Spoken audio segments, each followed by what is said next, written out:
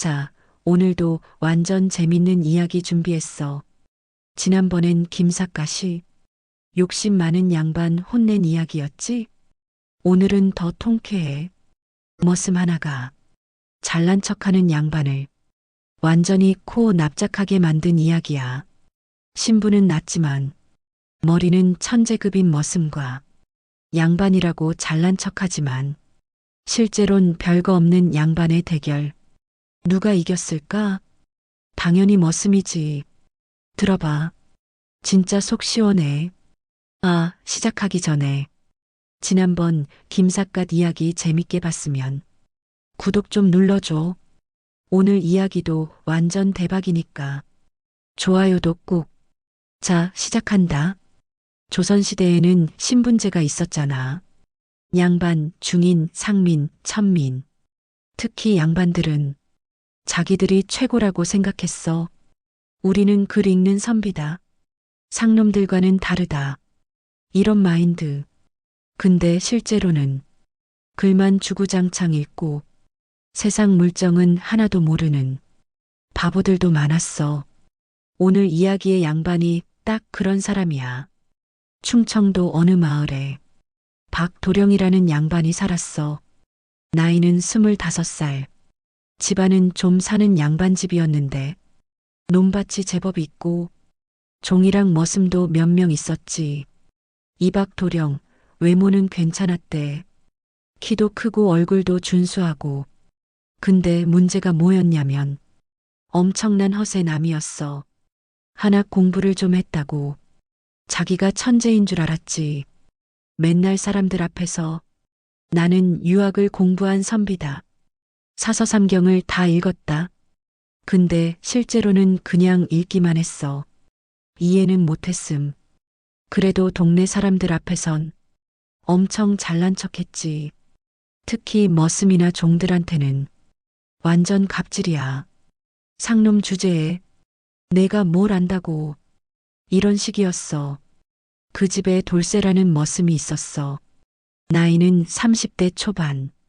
얼굴은 거무튀튀하고 키는 작고 몸은 마른 편이었는데 이 사람 머리가 완전 비상이야. 글은 못 배웠지만 세상 물정은 다 꿰뚫고 있었고 말재간이 정말 좋았어. 특히 순발력이 장난 아니었지. 어떤 상황에서도 재치 있게 받아치는 능력이 있었어. 근데 신분이 머슴이니까 평소엔 그냥 참고 살았던 거야. 날이 알겠습니다. 네, 날이. 이렇게. 하지만 속으론 생각했지. 저 양반은 아는 게 책밖에 없구만. 세상 물정은 나만 못하면서 왜 저렇게 잘난 척할까? 어느 봄날이야. 박도령이 친구들이랑 사랑채에서 술을 마시고 있었어. 양반 친구 3명이 놀러 왔거든. 다들 술 마시면서 한시 짓고 야, 이거 괜찮지? 오, 운이 잘 맞네. 이러면서 놀고 있었지. 마침 돌쇠가 술상을 나르고 있었어. 박도령이 취해서 친구들한테 자랑하기 시작했어. 야, 우리 집 머슴 돌쇠 봐. 저놈은 글자도 모른다니까? 가나다도 몰라. 친구들이 웃었어. 진짜? 허허, 상놈들은 다 그렇지. 박도령이 계속 떠들었어. 내가 이번에 사서삼경 다 읽었거든. 근데 저런 놈들은 평생 가도 한 글자도 못 읽지. 그러니까 우리 양반이 얼마나 대단한지 알겠어? 돌쇠는 술상을 내려놓으면서 속으로 생각했어. 오늘은 좀 건드려 볼까? 돌쇠가 나가려다가 일부러 말을 걸었어. 날이 한 가지 여쭤봐도 될까요? 박도령이 기분 좋게 말했어. 뭐? 나리께서 사서삼경을 다 읽으셨다고 하셨는데요. 그래, 다 읽었지.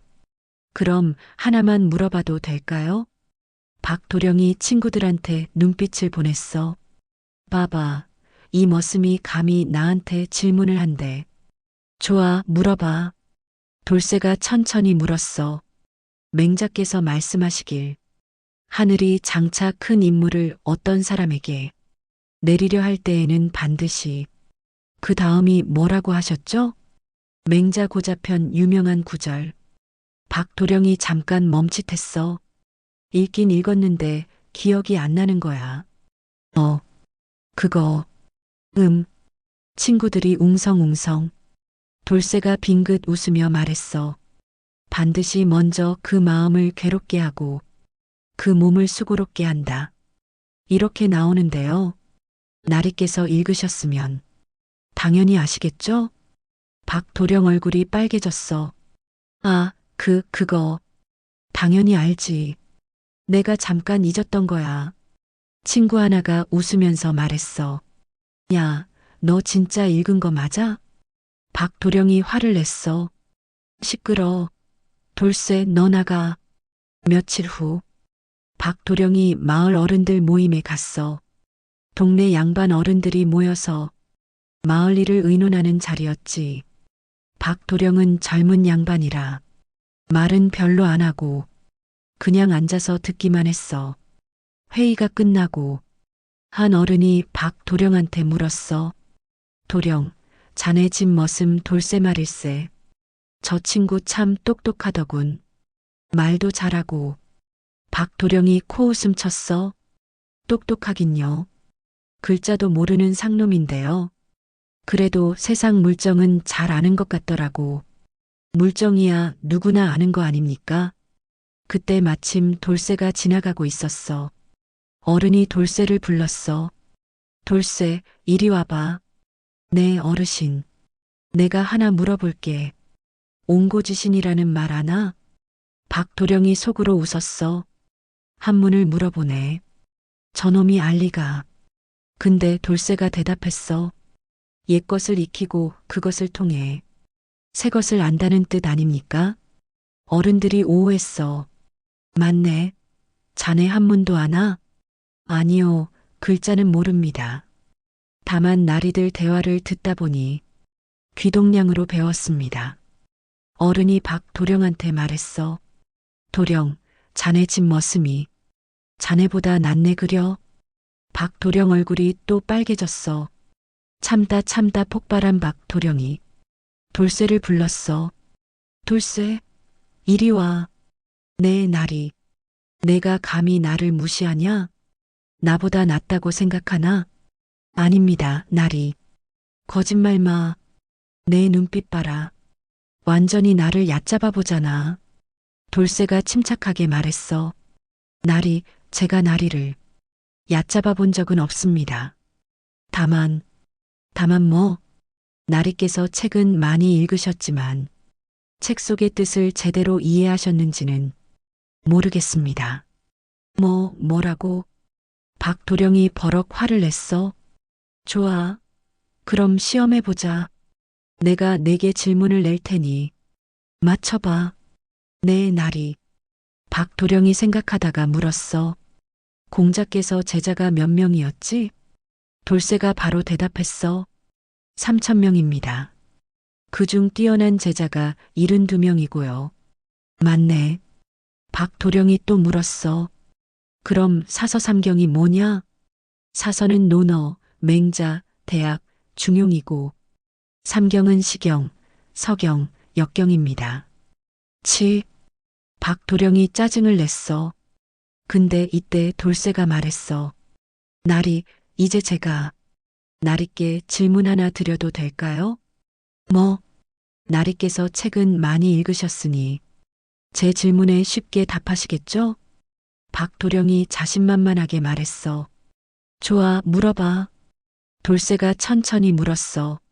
나리, 저기 마당에 있는 저 나무 이름이 뭡니까? 박도령이 나무를 봤어. 나무? 네, 저 나무요. 그냥 나무지. 이름이 뭐냐고 여쭤봤습니다. 박도령이 당황했어. 그냥 나무라고. 돌쇠가 말했어. 저건 느티나무입니다. 그리고 계속 질문했어.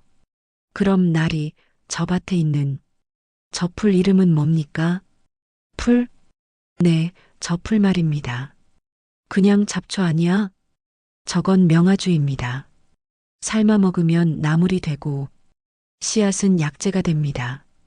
박도령이 땀을 흘리기 시작했어. 돌쇠가 마지막 질문을 했어. 나리, 벼농사는 어떻게 짓는지 아십니까? 벼농사? 네, 나리대기 먹고 사는 게 다 논밭에서 나오는 건데요. 모내기는 언제 하고, 김매기는 언제 하고, 거름은 언제 주는지 아십니까? 박도령이 완전히 말문이 막혔어. 그건 돌쇠가 공손하게 말했어. 나리께서 읽으신 책은 먼 옛날 중국 사람들이 쓴 책입니다. 하지만 저는 지금 여기 이 땅에서 사는 법을 알고 있습니다. 나무 이름도 알고, 풀 이름도 알고, 농사 짓는 법도 압니다. 나리께선 책 속의 지식은 많으시지만 세상을 살아가는 지혜는 없으십니다. 그러니 제가 감히 여쭙습니다. 책만 읽는 것과 세상을 아는 것 중에 무엇이 더 중요하다고 생각하십니까? 박도령은 아무 말도 못했어. 완전히 코 납작해진 거지. 사실 돌쇠 말이 100% 맞았거든. 박도령은 한평생 책만 읽으면서 자기 집 나무 이름도 모르고 자기 집 논밭에서 뭐가 자라는지도 모르고 농사가 어떻게 지어지는지도 몰랐어. 그냥 상놈들이 알아서 하겠지. 이런 마인드였던 거야. 박도령이 한참을 침묵하다가 작은 목소리로 말했어. 내 말이 맞다. 내가 잘못 생각했구나. 돌쇠가 공손하게 절했어. 나리, 화내지 마십시오. 저는 그저 사실을 말씀드린 것뿐입니다. 나리는 나리대로, 저는 저대로, 각자 아는 것이 다른 것뿐입니다. 이 일이 있고 나서 박도령이 좀 변했어. 처음에는 자존심이 상해서 며칠 동안 방에만 박혀 있었대. 내가 머슴한테 졌다니. 근데 생각하면 할수록 돌쇠 말이 맞다는 걸 인정할 수밖에 없었지. 그래서 박도령이 결심했어. 책만 읽지 말고 세상도 배워야겠다. 어느 날 박도령이 돌쇠를 불렀어. 돌쇠, 네, 나리. 내가 내게 배우고 싶다. 네. 농사 짓는 법, 나무 이름, 풀 이름, 세상 돌아가는 이치. 나한테 가르쳐 줄 수 있겠느냐? 돌쇠가 깜짝 놀랐어. 양반이 머슴한테 가르쳐 달라고 하다니. 나리, 정말이십니까? 그래. 나도 이제 알겠다. 책만 읽어서는 진짜 세상을 모른다는 것을. 돌쇠가 감동받았어. 알겠습니다, 나리. 제가 아는 것을 다 알려드리겠습니다. 그 후로 박도령과 돌쇠는 이상한 관계가 됐어. 낮에는 돌쇠가 박도령한테 세상 물정을 가르쳤고, 밤에는 박도령이 돌쇠한테 글을 가르쳤어. 이게 하늘천이야. 오 하늘이요. 저건 무슨 나무예요? 소나무다. 사철 푸른 나무지. 서로가 서로한테 배우는 거야. 몇 년이 지나자 박도령은 완전히 달라졌어. 책도 읽지만 농사일도 직접 거들고 동네 사람들 일도 도와주고 동네 사람들이 말했어. 박도령 요즘 많이 변했네. 예전엔 그렇게 잘난 척 하더니 이젠 진짜 양반 같아. 진짜 양반은 신분이 높아서가 아니라 인품이 높은 사람이라는 걸 박도령이 깨달은 거야. 이 이야기가 동네에 소문이 났어. 양반이 머슴한테 배운대. 머슴이 양반을 가르쳤대. 처음엔 다들 웃었지. 말도 안 돼. 양반이 머슴한테? 근데 직접 본 사람들은 알았어. 진짜 지혜로운 건 신분이 아니라 마음가짐이라는 것을. 나중에 박도령이 과거에 급제해서 벼슬을 하게 됐을 때 제일 먼저 찾아간 사람이 누구였을까? 바로 돌쇠였어. 돌쇠, 내가 여기까지 온 건 내 덕분이다. 너한테 배우지 않았으면 나는 평생 우물안개구리였을 거야. 돌쇠가 눈물을 흘렸대. 어때? 완전 통쾌하면서도 감동적이지? 머슴이 양반을 이긴 게 아니라 진짜 지혜가 가짜 지식을 이긴 거야. 조선시대는 신분제가 엄격했지만 그래도 이런 이야기들이 전해지는 건 신분보다 중요한 게 있다. 이걸 사람들이 알았다는 증거야. 책만 읽는 사람, 세상을 아는 사람, 누가 더 현명할까? 정답은 둘 다야. 책도 읽고 세상도 알아야지. 박도령처럼 둘 다 배우는 게 최고지. 여러분은 어떤 사람이 되고 싶어? 책만 읽는 사람? 경험만 쌓는 사람? 아니면 둘 다? 댓글로 생각 남겨줘. 그리고 구독, 좋아요 필수. 다음 이야기는 기생이 탐관오리 혼낸 날. 여자가 남자를 혼내는 이야기야. 이것도 완전 통쾌해. 기대해줘. 또 만나자. 인생사 희로애락. 조선시대의 통쾌하고 유쾌한 이야기. 다음 이야기는 기생이 탐관오리 혼낸 날. 구독하고 함께해요.